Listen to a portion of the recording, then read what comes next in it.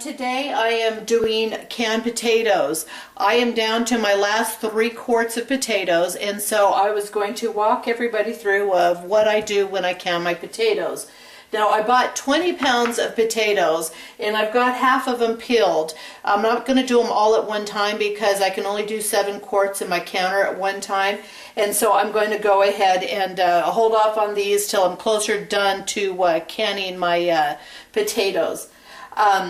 Now I've got most of them already peeled and chopped in here, and you know, anybody that has used canned potatoes, used canned potatoes, that have canned potatoes or sliced potatoes, you want to keep them in like 1-inch cubes. So what I do is I will slice my potatoes in thirds, and then what I will do is cut them in half.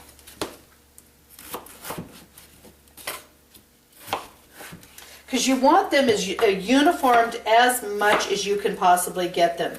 You don't want them too huge because of the bacterial levels in them when they're cooking in the pressure cooker. They need to be a certain size so that they get heated up completely.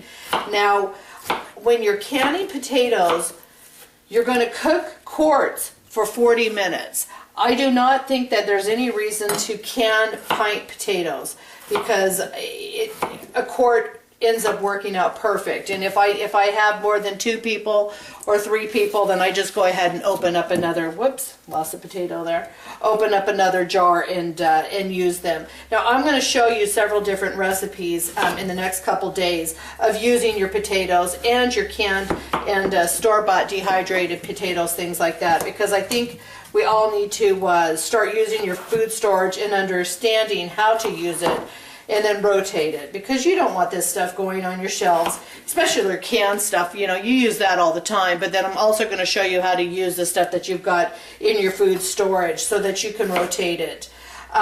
So anyways, going back to pressure cooking. Quarts, you're going to pressure cook for 40 minutes, and you are going to do it at 10 pounds of pressure.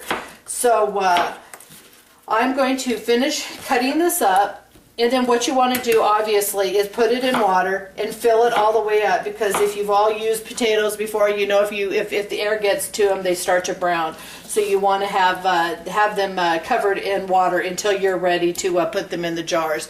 So I'm going to get this all put up. I've got my jars already been steriled and clean, but then I put them in my oven at 200 degrees until I'm ready for them. That way I know that they're hot.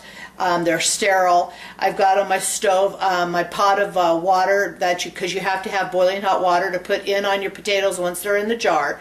I've got my lids and rings in a saute pan or saucepan. You don't want to ever boil your lids. It ruins the integrity of the seal and the lid, so you just want them on a hot but not boiling state. I've also got my pressure cooker already with the water in it, and when I'm ready to do all that, I'm going to bring you back and show you.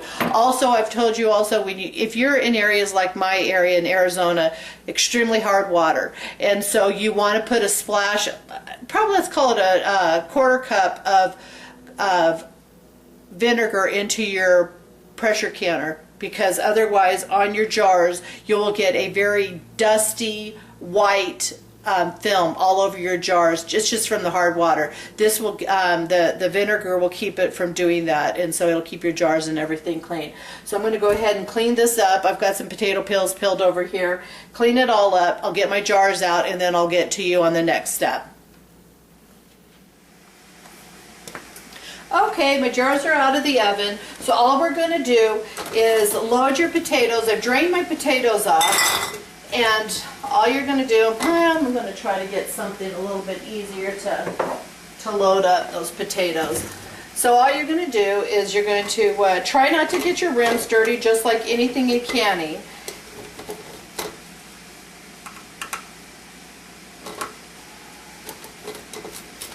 And you're going to load your potatoes into your jar.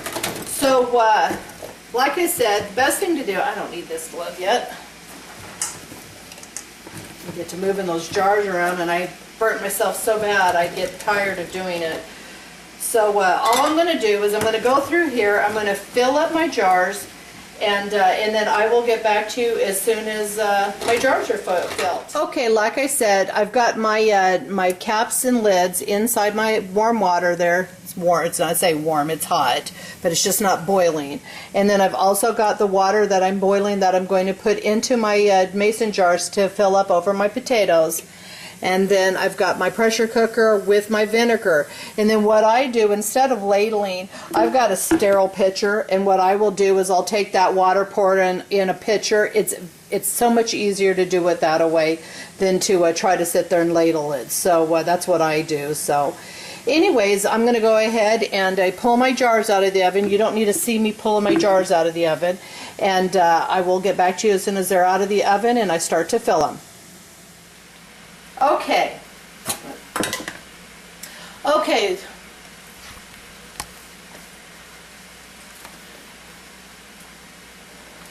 Alrighty, so I've got my jars completely filled with their hot boiling liquid, and I put my 1 teaspoon of pickling salt in. And then so what you want to do now is you want to run a spatula inside and along the sides in your jars to release any kind of air bubbles that might be inside your jars. And once that's done, I think I'm going to transfer that one over there. And like I said, you want an inch head space, and then otherwise, if you don't have that space when they boil, they're going to boil over, and so you just ends up making a mess. They may seal or not. So just make sure you have that inch head space, and that inch head space is give or take at the rim here. So after that is done, then what you're going to do is you're going to go back through. Best thing to use is just a piece of paper towel. Dip it in that hot boiling water that you've got your bands and lids in, and you're just going to make sure that your rims are completely cleaned and there's nothing along the sides of them or on top, because you want that perfect seal that you're going to get. And everything, when you're canning, just follow the steps. Don't make any shortcuts. You're spending so much time doing this. It's ridiculous to do it and then waste the money or the time and have your products not turn out right because you didn't take the time to do it right. So like I said, this is the pickling salt that I added to it in 1 teaspoon per quart. So then all you're going to do now is you're going to take your lids, if we get to them here, and the suckers don't want to stick, and then you put your lid on. And you do not want to like super tight. You just want to have a nice little tight grip on it, because when they're boiling in that hot water bath, into the pressure cooker, they're going to release so that air. So you want to have it not too tight, just tight to the hand. So I am going to go ahead and finish putting my lids and bands on. And then when I get ready to put them in the canner, or I guess I'm going to get them in the canner. That one doesn't want to. I guess I'm almost done, so I'll just walk you through it here. So, like I said, on my potatoes, that one's not wanting to loosen up. They can be little boogers, and if anybody's never purchased one of these, get one, because it's got the magnet at the end, and so what it does is it helps you pull the little tops out of that hot water. You do not have to put these bands on in the water, hot water. I do, just because I like everything to be sterile. So okay, so now I've got all my little jars done. I'm going to walk over and I'm going to put them into the canner. So I guess what I'm going to do is I'm going to go ahead and finish it, put it in the canner, and then bring you back to it. Okay, so I've got my potatoes loaded, kind of giving you a little visual there. I've got 7 quarts inside my canner there. So what I'm going to do is I'm going to go ahead and throw my lid on. And on your pressure cooker, I use a flat top. On my stove's a flat top. And I have never had an issue with using flat top surfaces. Now there's people, and I guess there's recommendations you're not supposed to use it, but I've never had an issue, and I've used maybe that All-American because it is so big, but my little Presto cooker here I've never had an issue with. So I've got my water and my burner on high. What I'm going to do is I'm going to, once it starts boiling, this is your little vent, and the vent is going to blow the steam out. What you want to do is let it steam for 10 minutes before you put the weight on this. And what by doing that happens is you're releasing the air from it. You're getting all your air inside, and then that way that makes that pressure gauge work more correctly. And and those are the ball guidelines, and so that's what you need to do. Now what they say is on the quarts, you're going to cook for 40 minutes on 10 pounds of pressure. So like I said, we're going to get it up to a point where it starts venting. We're going to let it vent for 10 minutes. And then once the 10 minutes is up, then we're going to throw our weight on. We're going to bring this up to 10 pounds of pressure. Once it's at the 10 pounds of pressure, we're going to start backing down our heat a little bit. Now you do not want to back it down so much that if you do and it falls below that 10 pounds of pressure, because otherwise what happens is you end up having to start that entire 40 minutes over again. So, you know, just don't be in such a hurry. And, you know, to cook a little, like a pound over, isn't going to kill you, but to let it drop, that's when you start getting into the unsafe territory. So I'm going to go ahead and let this vent. When it gets up to it, I'll show you where I'm at, and we'll go from there. Okay, so my pressure canner has vented for 10 minutes, and so now I'm going to throw my cap on. Now that my cap's on, I'm going to wait for this to build up to 10 pounds of pressure. Once it gets to the 10 pounds of pressure is when I will set my timer for 40 minutes. And once that builds up to that 10 pounds of pressure, like I said, it gets that 10 pounds of pressure, you're going to time it for 40 minutes, and you never let your temperature drop below that 10 pounds of pressure.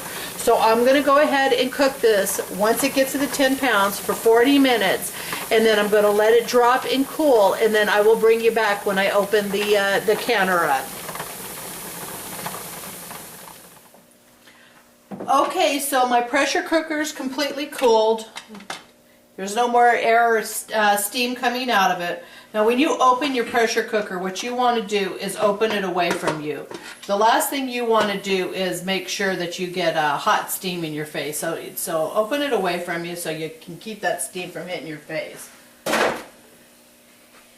And my jars are done. So what you're going to do is you're going to take them out, and set them on something like this towel here. You want it to sit in a vent-free environment. You do not want airflow. You want them to cool down naturally.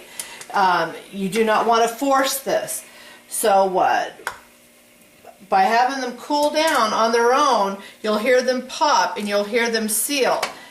And so this is my 7 quarts of potatoes. And a little later on tonight, I'm going to go ahead and do another 7 quarts. I'm taking my son out to dinner tonight, so I'm not going to have the time to do them right now. But this is your potatoes. And then like I've showed you all, what you're going to do is you're going to sit there and let them cool. And then I'm making several videos, like I've told you, that teaching you what to do with your potatoes once they're done. So I hope you all have a wonderful day, and thanks for watching. Okay, I forgot to show you also that, this is for people that have not canned. You can see in this one jar, you see how hot it is, all those bubbles coming up. It is literally still cooking inside the jar. So like I said, you wanted this in a draft-free area that doesn't have any air flowing through it. Because you do not want to have these things cool down too fast. They've got to cool down on their own. That was my son sneezing in the background.